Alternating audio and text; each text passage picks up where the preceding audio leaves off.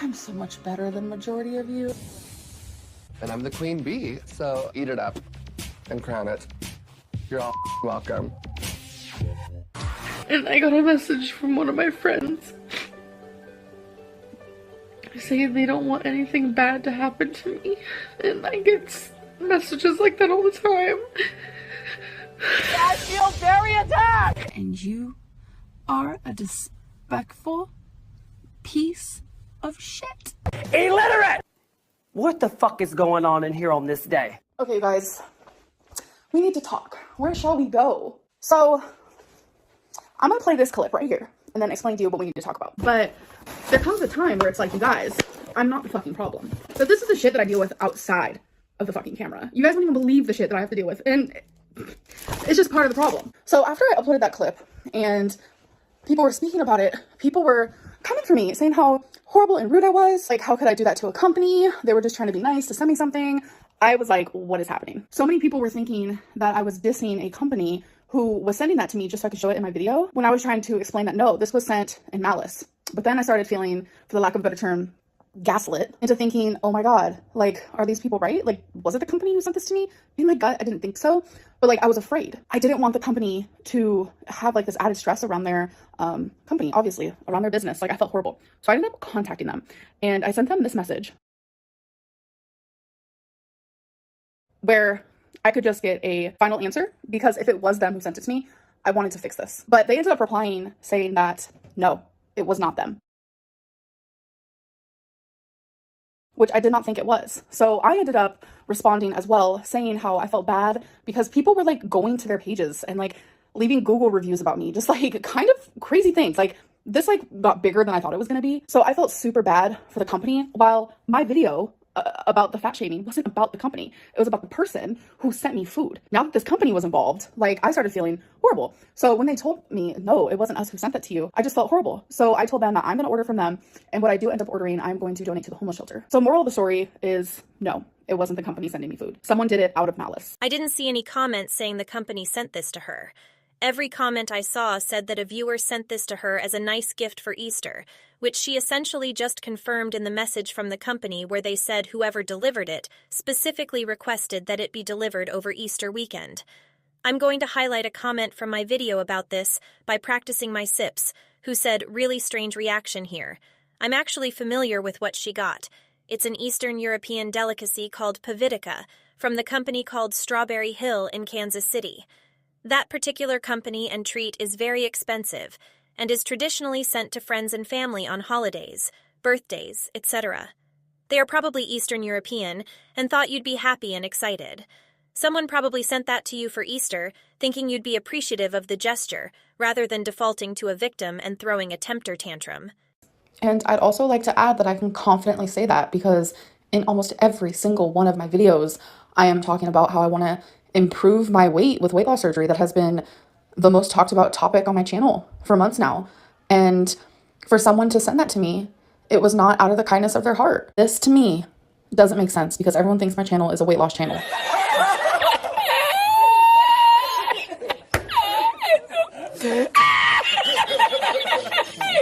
You don't send a huge pie and bread to a weight loss channel. You don't do it. I am forever and ever and ever grateful for anything sent to me. Letters, shoes, stickers, it can be anything. Like, it means the world to me that people even think of me. But I've requested multiple times, do not send me food.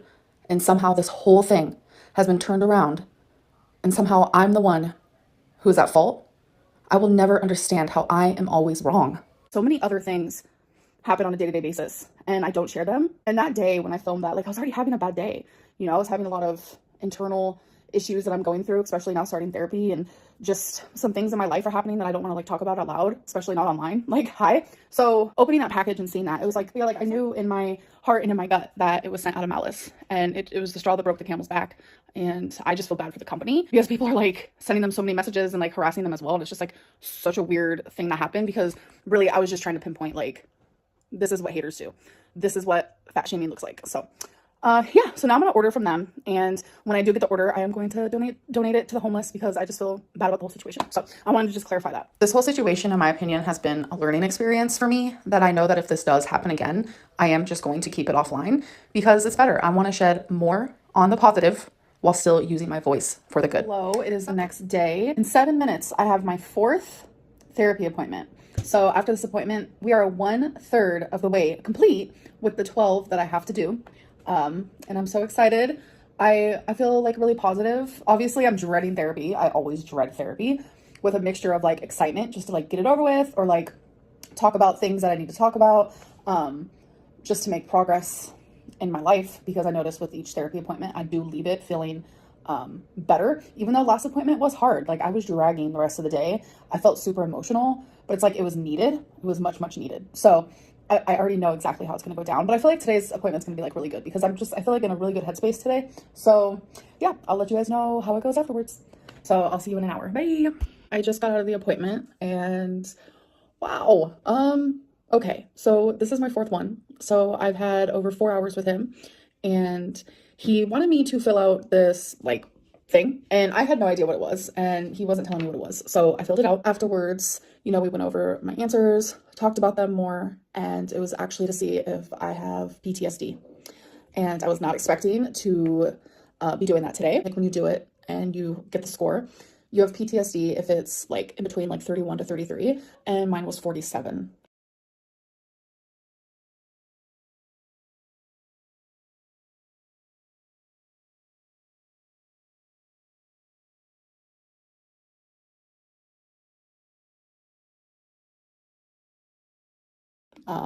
I have always felt in my heart that I showed signs of PTSD, and just to hear it, you know, from a psychologist, and to know and to have the answer, like he said, you know, to have the answer now, we know what to do moving forward. He said we're going to be doing a lot of cognitive processing and that it's going to be really hard. And we talked a lot about trauma. Today was a lot about trauma and PTSD and some of the things I went through. And I purposely wear waterproof mascara for a reason. I cry so much in therapy. Like I was in a really good mood. I mean, I still am. You know what? I still am. Like I feel so hopeful and I feel so heard. And it's just going really well. I am just very, very nervous for, you know, my next appointments, because now things are going to start getting, you know, diving even more into my past. And, you know, I even straight up asked him, it was actually the last session, I said, can I just get over it?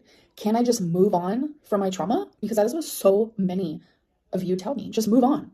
And he said, it's not possible. You can't just move on, especially when you have possible PTSD, because last week it was just something that he was assuming. And now he's like, yeah, you definitely have it. So it's not something I can just, you know, put on a new dress and say, oh, I'm over it. Like it's not like that. I wish it was, because I wouldn't be this size. I wouldn't have the issues that I have. The only way you can make progress is finding the right therapist, who I'm very lucky is a psychologist, truly knows what they're talking about, and they have the answers and they know exactly what I need to do, but they can't fix me. They're only there to be my guide. And I need to fix myself and heal and do the work. That is my 4th appointment update. Wow. Stuff is getting deep. Like the therapy I did last year was not this deep. I'm gonna be honest. We talked a lot about like surface level stuff that I go through like on a day-to-day basis, while this therapy is like, we are digging in deep. We are digging in deep. And I think that's what I need to make progress. So I can be a better version of myself, and I'm excited to meet her. I'm so excited to meet the person that I am once I'm healed, or even just healed a little bit. You know, I'm excited for that. Let me tell you right now, I hate food more than anything. Ask me how I'm doing. I'm standing here in utter shock. Goodbye.